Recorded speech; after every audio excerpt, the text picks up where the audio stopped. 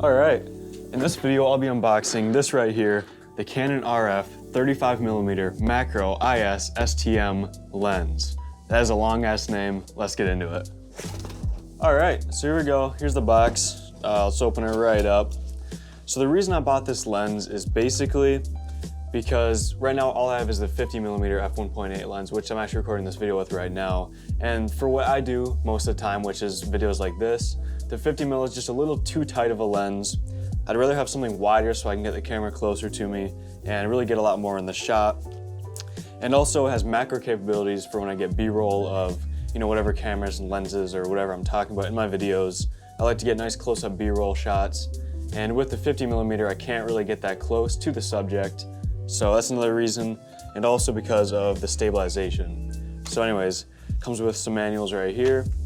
And actually I got this as a little bit of a bundle. I got a super good deal on this lens. I really wasn't originally planning on purchasing this lens right now, but this good deal popped up on eBay. It was honestly something I just could not pass up on.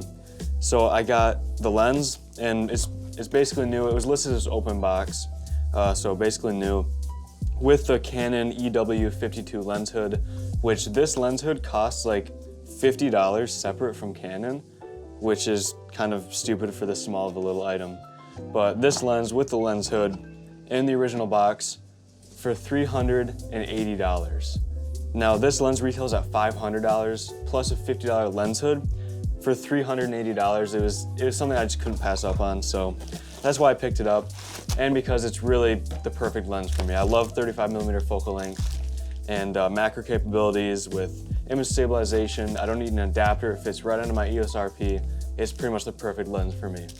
So anyways, so unwrap this, and that's everything in the box, by the way. That's empty now. And that's everything in there. This is the lens. So it's pretty small, actually really small. It's about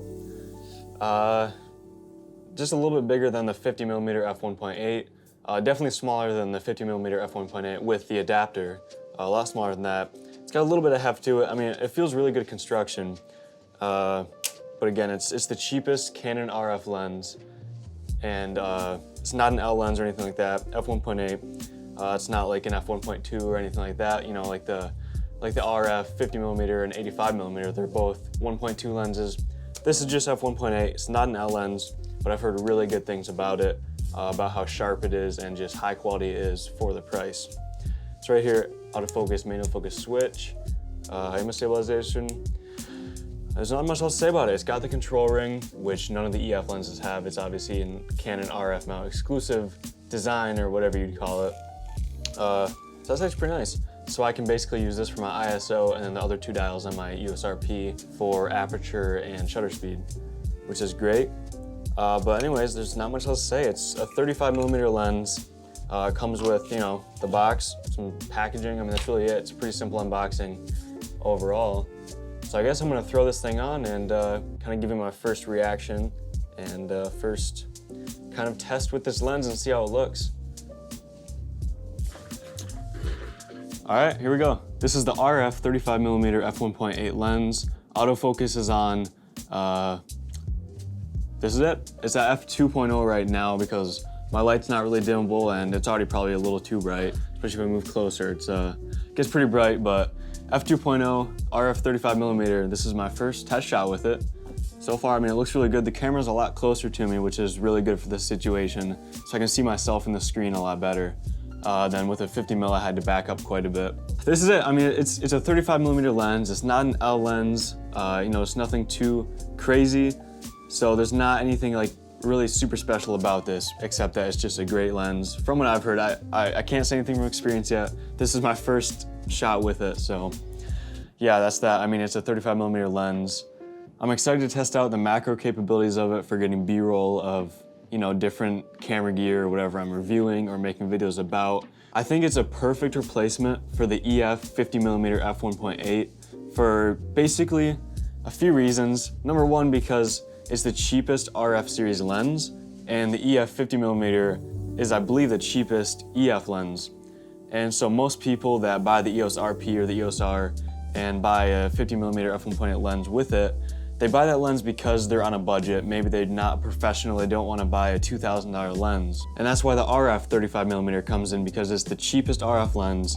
It's not an L lens, it's not a professional lens by any means, but it's good on a budget, and it's really fantastic image quality and sharpness from what I've heard. Again, I haven't tested it out completely yet. So I think this is basically the perfect upgrade for the EF 50mm lens.